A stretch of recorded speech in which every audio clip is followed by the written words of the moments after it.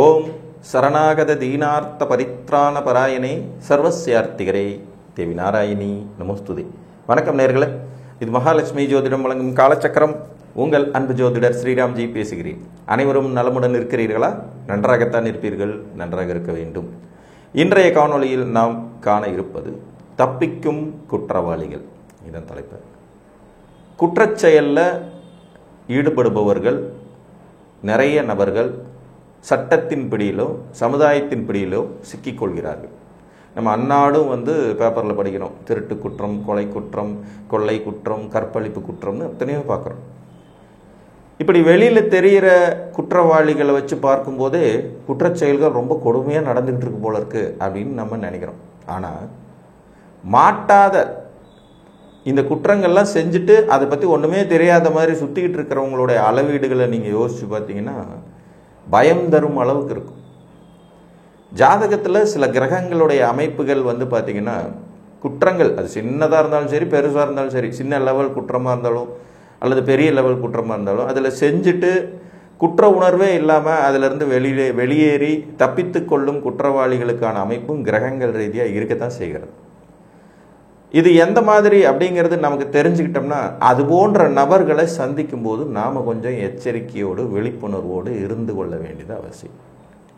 பொதுவாக குற்றங்கள் அப்படின்னு வந்துடுச்சுனாலே இந்த குற்றங்களை செய்ய தூண்டுற கிரகங்கள் பாவக்கோள்கள் தான். அதில் எந்த டவுட்டும் இல்லை. இப்போ செவ்வாய் ஒருவருக்கு பார்த்தீங்கன்னா ஆத்திரத்தில் கோபத்தில் எந்த மாதிரியான குற்றச்செயலையும் ஈடுபட தூண்டக்கூடிய ஒரு கிரகம். ஆத்திரத்தில் வெட்டிட்டான், ஆத்திரத்தில் குத்திட்டான், ஆத்திரத்தில் ஒருத்தர் அடிச்சிட்டான், ஆத்திரத்தில் வேலையை விட்டுட்டான், ஆத்திரத்தில் தீ வச்சு கொளுத்திட்டான், ஆத்திரத்தில் ரவுடியூசம் பண்ணிட்டா, சட்டத்தை தன் கையிலே எடுத்துட்டா, இதெல்லாம் செவ்வாயினால் வரக்கூடியவை தான். ராகு பகவானை பார்த்தீங்கன்னா கிரிமினலிசமாகவே யோசிக்க வச்சு சூதாட்டம், ஏமாற்றுதல், சீட்டிங் செய்கிறது, ஸ்பெக்குலேஷன், இந்த மாதிரி ஒருவரை குற்றச்செயல்களில் ஈடுபட வைக்கிறோம். நம்மளால் முடியுமோ முடியாதோ அதை ஏமாற்றிடுவோம் அப்படிங்கிறது மாதிரியான குற்றச்செயல்களில் ஈடுபட வைக்கிறது ராகுவோடைய ஸ்பெஷாலிட்டி. கேது பகவானுடைய குற்றச்செயல்கள் பார்த்திங்கன்னா தவறான மருத்துவம், தவறான இன்சூரன்ஸு, தவறான பாதை காட்டுறது, ஆன்மீகத்தில் போலித்தனமாக இருக்கிறது, போலி சாமியார்கள், மோசடி பேர்வழிகள், இவங்களை உருவாக்குறது கேதுவனுடைய குற்றச்செயல்களுடைய அமைப்பு.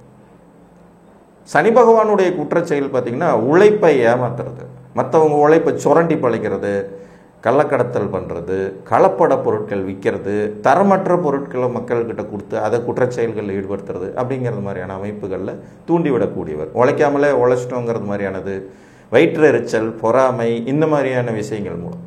இந்த கிரகங்கள் எல்லாத்துக்கும் இன்னொரு மாறுபாடான அமைப்புகளும் உண்டு. நேர்மையான வழியில் நாட்டை காப்பாற்றுற இராணுவ வீரர்கள், போலீஸ் அதிகாரிகள், சீருடை பணியாளர்கள், உயிரை காப்பாற்றுற மருத்துவர்கள், இவங்களை உருவாக்குறதும் அதே செவ்வாய் தான். பாவக்கோள்கள்னால் உடனே குற்றம் மட்டும்தான் புரிவாங்களா அப்படின்னு யோசிக்க வேண்டாம். கடுமையான உழைப்பாளிகளை உழைப்பை வெளிப்படுத்துறது, உழைப்பின் மேன்மையினாலே வாழ்க்கையில் உயரச் செய்கிறது, இதெல்லாம் தரக்கூடியவர் சனி பகவான். Hard work is never fail அப்படிங்கிற மாதிரி அவங்களுடைய சூழலுக்கு தகுந்த மாதிரி இந்த கெடுதல் நன்மை ரெண்டையும் மாற்றி மாற்றி செய்யக்கூடியவர்கள். பாவக்கோள்கள் ஈஸியாக ஒருவரை குற்றச்செயலில் தூண்டி விடுவாங்க. சரி, இப்படி குற்றம் செய்யறதுக்கான அமைப்புகள் இருந்தது. அந்த குற்றத்திலிருந்து தப்பித்து கொள்ளும் அமைப்பு எப்படி வருது அப்படின்னு பார்த்தீங்கன்னா, பொதுவாக குற்ற செயல்களை செய்யறதுக்கு தூண்டுற இடங்கள் அப்படிங்கிற போது இவை 5ஆம் இடம் தான் ரொம்ப முக்கியமாக இருக்கும். எந்த ஒரு ஜாதகத்தில் இந்த பாவிகள் 5ஆம் இடத்தோடு தொடர்பு கொண்டு, அல்லாது 5லேயே உட்காந்து 11ல் இருந்தாங்கன்னா 5ஆம் இடத்தை பார்ப்பாங்க, அல்லது 5ஆம் இடத்தோடு தொடர்பு கொள்வது. இப்போ சனி செவ்வாய்க்கெல்லாம் பார்த்தீங்கன்னா விசேஷ பார்வைகள் இருக்கும். இப்போ உதாரணமாக உங்கள் ஜாதகத்தில் 10ஆம் இடத்துல செவ்வாய் இருக்கார், 10ஆம் இடத்துல செவ்வாய் திக்பலமாக இருக்காருன்னா அவர் தன் 8ஆம் பார்வையால் 5ஆம் இடத்தை பார்த்துட்டு இருப்பார், குற்றச்செயலை செய்கிறதுக்கு தூண்டுவார். 3ஆம் இடத்துல சனி பகவான் இருக்காருன்னா அவர் தன் 3ஆம் பார்வையால் 5ஆம் இடத்தை பார்த்துட்டு இருப்பார். ராகு கேதுகள் 5ஆம் இடத்துல இருக்கும் தகுதி கொண்டவர்களார். இந்த 5ஆம் இடத்தில் பாவக்கோள்கள் இருக்கிறவங்க மேக்சிமம் குற்றச்செயலில் ஈடுபடுவதற்கு தகுதி உடையவர்கள். இதில் குற்றம் செஞ்சு தப்பிக்கிறாங்களா மாற்றாங்களா அப்படிங்கிறது அந்த 5ஆம் இடம் இயற்கை சுபருடைய வீடாக இருந்து இயற்கை சுபக்கோள்கள் அவங்கள பார்த்தபடி இருந்துட்டா இவங்க குற்றம் புரியும் தூண்டுதலுக்காக குற்றமும் செஞ்சிருவாங்க. ஆனால் அதில் மாட்டிக்காமல் தப்பிக்கவும் செய்வாங்க. அதுக்காக 5ல் பாவக்கோள் இருக்கிறவங்க எல்லாருமே ஏதாவது ஒரு குற்றம் செஞ்சே தீரணுமான்னு கேட்டால் அங்கே இருக்கிற சூட்சுமம் தான் அந்த தசை நடப்புக்கு வருகிறதா என்பது தான் ரொம்ப ரொம்ப முக்கியம். ஒரு உதாரணமாக, ஒரு கடகலக்கண ஜாதகம் 5ஆம் இடத்துல செவ்வாய் சனி சேர்க்கு, 5ஆம் இடத்துல செவ்வாயும் சனியும் சேர்ந்துருக்காங்க. இது செவ்வாய் ஆட்சி, கடுமையான கிரகத்துவம் 5ஆம் இடத்துல ஏற்படுது. இது பூர்வீக சொத்தை ஏமாற்றி தனது சகோதரர்களுக்கு கொடுக்காம பறித்து கொண்ட ஒரு ஜாதகம். பூர்வீக சொத்து ஃபோர்ஜரி பண்ணி கூட பிறந்தவங்களுடைய கையெழுத்தெல்லாம் ஃபோர்ஜரியாக போட்டு விற்று சாப்பிட்டுட்ட ஒரு ஜாதகம். 5ல் செவ்வாய் சனி, கடகலக்கண ஜாதகம். இந்த கடக லக்கணத்தை உச்ச சந்திரன் பார்த்துட்டு இருக்காரு. லக்னாதிபதி சந்திரன் உச்சம் ரிஷபத்தில் அவர் பார்த்துட்டு இருக்காரு. அதே மாதிரி மீனத்தில் ஆட்சி பெற்ற குரு தனது 9ஆம் பார்வையால் பார்த்துட்டு இருக்காரு. இவர் குற்றம் செஞ்சார், இந்த குற்றத்தை அவரேவும் ஒத்துக்கவும் செஞ்சார். ஆனால் கடைசி வரைக்கும் கேஸ் எதுலையுமே மாட்டவே இல்லை. யாராலையும் இவருடைய குற்றத்தை நிரூபிக்க முடியவில்லை. புரிஞ்சுச்சுங்களா? குற்றம் செய்ய தூண்டினது செவ்வாசனையுடைய சேர்க்கை, அதிலிருந்து காப்பாற்றி விட்டது உச்சச்சந்திரனுடைய பார்வையும் குருவுடைய பார்வையும். கூட பிறந்தவங்களுக்கே தான் தன்னுடைய ரத்த சம்பந்தப்பட்ட உறவுகளிடத்திலிருந்து சொத்தை ஏமாற்றி வித்துட்டார், ஏமாற்றி ஃபோர்ஜரி பண்ணி வித்துட்டார். அதுக்கப்புறம் அதை கண்டுபிடிச்சி அதை பண்ணி இதை பண்ணி கேஸெல்லாம் போட்டு பார்த்தாங்க, ஒன்றும் யூஸே இல்லை. கேஸ் முடியறதுக்கு முன்னாடி அவர் போய் சேர்ந்துட்டார். இது ஒரு அமைப்பு. குற்றம் புரிய தூண்டுவது 5ஆம் இடம். குற்றம் புரிய தூண்டும் கிரகங்கள் பாவக்கோள்கள். இதில் குற்றம் புரிந்து தண்டனை அனுபவிக்கிறது அப்படிங்கிற விதி பார்த்தீங்கன்னா அந்த பாவக்கோள்களோடு சுவர்கள் தொடர்பு கொள்ளாமல் இருக்கும்போது ஏற்படும். இன்னொரு உதாரணம் பார்க்கலாம். ஒரு துலா லக்ன ஜாதகம், இவங்களுக்கு 5ஆம் இடத்துல சனி ஆட்சி, 5ஆம் இடத்துல சனி பகவான் ஆட்சி, விருச்சிகத்தில் ஆட்சி பெற்ற செவ்வாய் 4ஆம் பார்வையாக அந்த இடத்த பார்த்துட்டு இருக்காரு.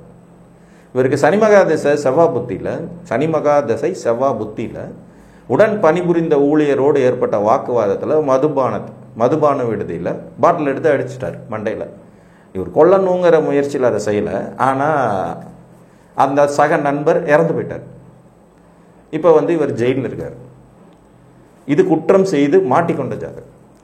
5ஆம் இடத்துல இருந்த சனி செவ்வாயின் பார்வையினால் சக ஊழியர் கூட வேலை செய்கிறவர் ஏதோ சாட்டர்டே நைட்டு பார்ட்டின்னு போயிட்டு உணர்ச்சி வசப்பட்ட நிலையில் ஏதோ தப்பாக பேசினதனுடைய விளைவாக கொலை முயற்சி, இறந்தும் போயிடுறாரு சம்பந்தப்பட்ட நபர்.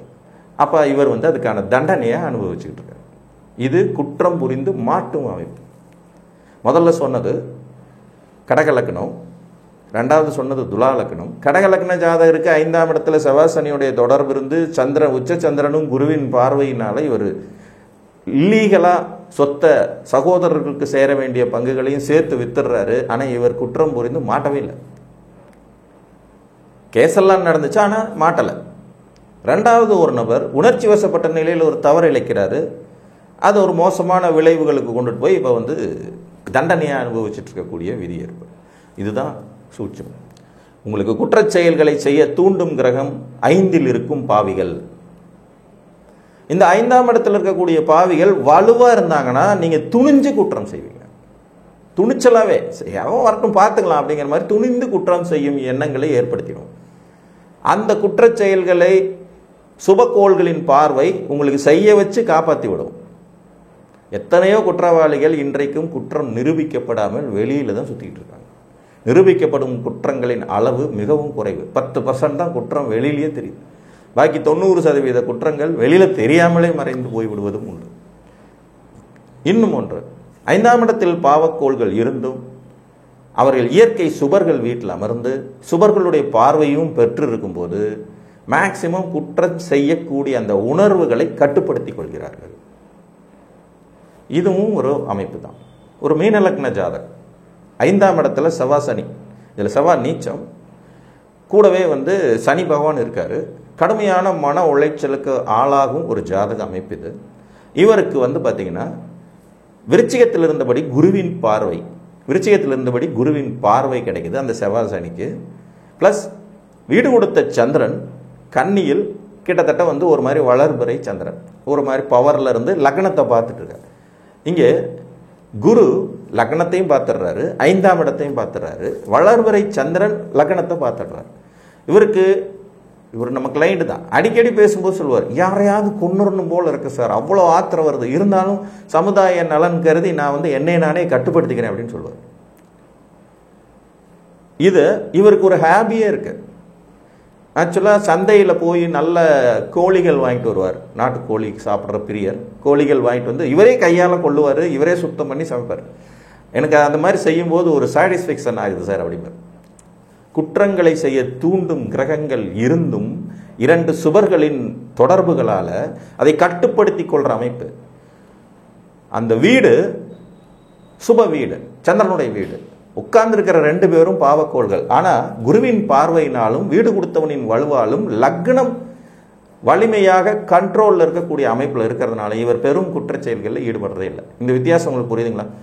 ஃபர்ஸ்ட் ஒருவர் குற்றம் செஞ்சு தப்பிச்சுக்கிறார். கடக லக்ன ஜாதகர், 5ஆம் இடத்துல செவ்வாய் சனி, இயற்கை சுபர்களின் தொடர்புகளால் அவர் குற்றம் செய்கிறாரு, இல்லீகலாக சொத்துக்களை வித்துறாரு, தப்பிச்சிடுறார். இன்னொருத்தர் குற்றம் செய்கிறார், துலா லக்ன ஜாதகர், கும்பத்தில் இருக்கக்கூடிய சனியினாலையும் செவ்வாயின் பார்வையினாலையும் குற்றம் செஞ்சிடறார், உணர்ச்சி வசப்பட்ட நிலையில். இவர் மாட்டிக்கிறார்.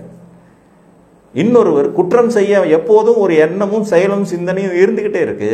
ஆனால் இந்த குருவின் பார்வையும் லக்னத்தினுடைய வலுவும் லக்னத்தை இயற்கை சுபரான லக்னாதிபதி பார்த்துடுறதுனாலையும் தன்னைத்தானே கட்டுப்படுத்திக்கிறாரு. அதை வேற வழியில் டைவர்ட் பண்ணிக்கிறார். புரியுதுங்களா? ஸோ குற்றம் செய்து தப்பிப்பது என்பது சுபர்களின் பார்வையினால் தான். குற்றத்தை தூண்டி விடுவது 5ஆம் இடத்தில் இருக்கக்கூடிய பாவக்கோள்கள்.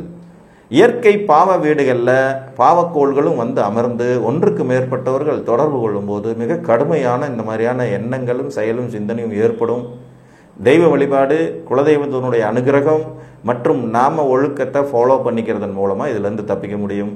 ப்ளஸ் இந்த மாதிரியான ஜாதக அமைப்பு கொண்டவர்களோடு நீங்கள் பழக நேரிடும் போதும் சற்று கவனத்துடனும் கூடுதல் விழிப்புணர்வுடன் இருக்க வேண்டியது அவசியம் என்று கூறி மீண்டும் ஒரு காணொலியில் உங்களை சந்திக்கும் வரை உங்களிடமிருந்து அன்புடன் விடைபெற்றுக் கொள்வது உங்கள் அன்பு ஜோதிடர் ஸ்ரீராம்ஜி.